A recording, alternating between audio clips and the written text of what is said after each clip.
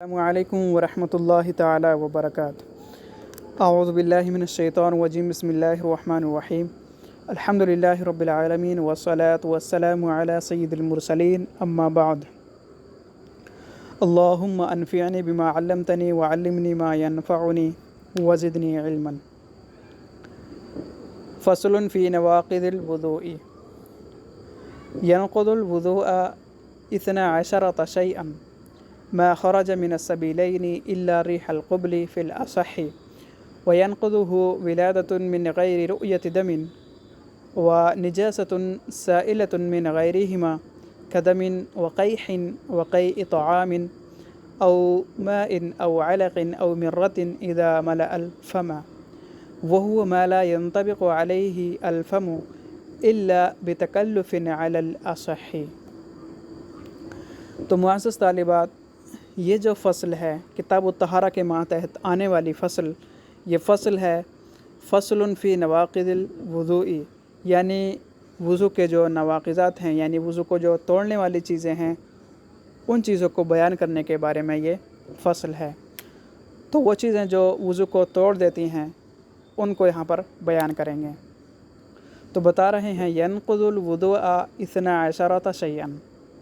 ینقض الوضوء یعنی وضو کو توڑ دیتی ہیں 12 شیئا، 12 چیزیں، یعنی 12 چیزیں ہیں جو وضو کو توڑ دیتی ہیں۔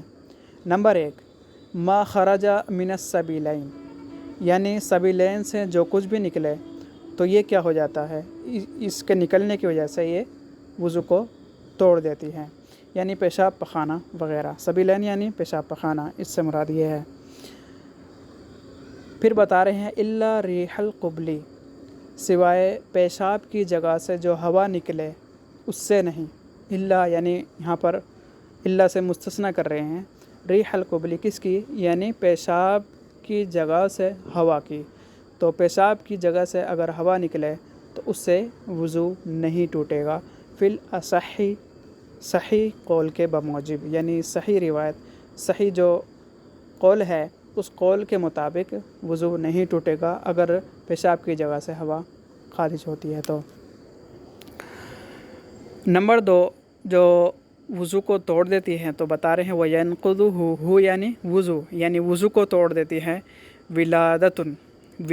ولادت یعنی پیدائش، یعنی کسی بچے کی پیدائش سے وضو ٹوٹ جاتا ہے۔ من غیر رؤیت دم، اگرچہ خون نہیں دیکھا گیا ہے تو ولادت کی وجہ سے وضو ٹوٹ جاتا ہے اگرچہ خون نہیں دیکھا گیا ہے۔ وَنِجَاسَةٌ سَائِلَةٌ مِّن غَيْرِهِمَا كَدَمٍ وَقَيْحٍ وَقَيْءِ طَعَامٍ أَوْ مَاءٍ أَوْ عَلَقٍ أَوْ مِرَّةٍ۔ ٹھیک ہے، اب یہاں پر دوسرا مسئلہ یہاں پر بیان کر رہے ہیں، یعنی وہ چیزیں جو وضو کو توڑ دیتی ہیں تو بتا رہے ہیں وَنِجَاسَةٌ سَائِلَةٌ، یعنی بہنے والی نجاست۔ ٹھیک ہے، من غیرہما، ان دونوں کے علاوہ، یعنی سبیلین کے علاوہ اگر کہیں کسی جگہ سے کوئی بہنے والی نجاست نکلتی ہے تو اس سے بھی کیا ہو جاتا ہے، وضو ٹوٹ جاتا ہے۔ اس کی مثال یہاں پر دے رہے ہیں، جیسے کہ قدمن، جیسے کہ خون۔ تو خون ایک بہنے والی کیا ہے، ایک نجاست ہے، یعنی خون جب تک جسم کے اندر ہے وہ پاک ہے، لیکن جب جسم سے بہتا ہے تو وہ ناپاک ہو جاتا ہے۔ تو وہ بہنے والی نجاست من غیرہما، ان دونوں کے علاوہ، یعنی سبیلین کے علاوہ کوئی بہنے والی نجاست اگر جسم کے اعضاء سے کہیں سے نکلتی ہے تو اس سے بھی کیا ہو جاتا ہے، وضو ٹوٹ جاتا ہے۔ اس کی مثال یہاں پر بیان کر رہے ہیں قدمن، جیسے کہ خون۔ تو خون اگر جسم سے بہہ جائے تو اس سے بھی وضو ٹوٹ جائے گا۔ وقیحن، اور اسی طرح سے پیپ، یعنی پیپ بھی اگر جسم سے نکلتی ہے تو یہ بھی کیا ہے کہ ایک طریقہ کی نجاست ہے، تو اس سے بھی وضو ٹوٹ جاتا ہے۔ وقیء طعام، یا کھانے کی قے وغیرہ ہو جائے، قے یعنی اس کو عام بھاشا میں الٹی سمجھ لیجیے، یعنی الٹی اگر کھانے کی الٹی ہو جائے تو اس سے بھی وضو ٹوٹ جاتا ہے۔ او ماء، یا پانی کی الٹی ہو جائے، او علق، یا یعنی پختہ خون جو ہوتا ہے اس اندر سے اگر کوئی خون نکلتا ہے تو اس سے بھی وضو ٹوٹ جاتا ہے۔ او مرتن، یا پت کی کیا ہو جائے، تو ان چیزوں سے، یعنی سبیلین کے علاوہ اگر اس طرح سے یہ چیزیں جو بہنے والی نجاست اگر یہ نکل جائیں تو ان سے بھی وضو ٹوٹ جاتا ہے۔ تو اس طرح سے یہ اگر قے وغیرہ ہو جائے کھانے کی، پینے کی یا پھر پتے وغیرہ کی، تو ان چیزوں سے بھی وضو ٹوٹ جاتا ہے۔ پھر بتا رہے ہیں اذا ملأ الفم، یعنی جب منہ بھر جائے، یعنی وضو جو ٹوٹے گا قے ہونے کی صورت میں، یعنی الٹی ہونے کی صورت میں، وہ جب ٹوٹے گا جب وہ الٹی منہ بھر کے آئی ہو، ٹھیک ہے۔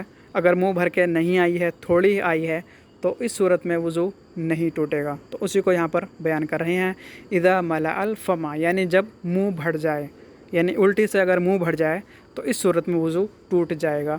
وَهُوَ مَا لَا يَنْطَبِقُ عَلَيْهِ الْفَمُ، اب یہاں پر منہ بھرنے کی بات بتائی گئی ہے، تو منہ بھرنے کی مقدار کیا ہے، یعنی کب مانیں گے کہ منہ بھر جائے، تو اس کی مقدار بیان کر رہے ہیں۔ تو منہ بھرنے کی مقدار یہ ہے، وہ یہ ہے مَا لَا يَنْطَبِقُ عَلَيْهِ الْفَمُ، تو منہ بھرنے کی مقدار یہ ہے کہ منہ بند کرنا کیا نہ ہو، ممکن نہ ہو، الا بتکلف، مگر تکلف کیے بغیر۔ تو بغیر تکلف کیے منہ بند کرنا ممکن نہیں ہے، تو اس صورت میں مانا جائے گا کہ وہ الٹی یعنی جو قے ہوئی ہے وہ منہ بھر کے ہوئی ہے، علی الاصح، صحیح قول کے مطابق۔ تو صحیح قول کے مطابق یہ مسئلہ ہے کہ اگر قے منہ بھر کے آ جائے، وہ کسی بھی چیز کی ہو سکتی ہے، پانی کی ہو سکتی ہے، خون کی ہو سکتی ہے، یا پتے وغیرہ کی ہو سکتی ہے، یا کھانے کی ہو سکتی ہے، تو یہ کہ اگر منہ بھر کے ہو تو صحیح قول کے مطابق وضو ٹوٹ جاتا ہے۔ تو معزز طالبات، آج کے اس درس میں اتنا ہی، پھر ملتے ہیں اسی درس کے ساتھ اگلی کلاس میں، تب تک کے لیے اجازت دیں۔ السلام علیکم ورحمۃ اللہ تعالی وبرکاتہ۔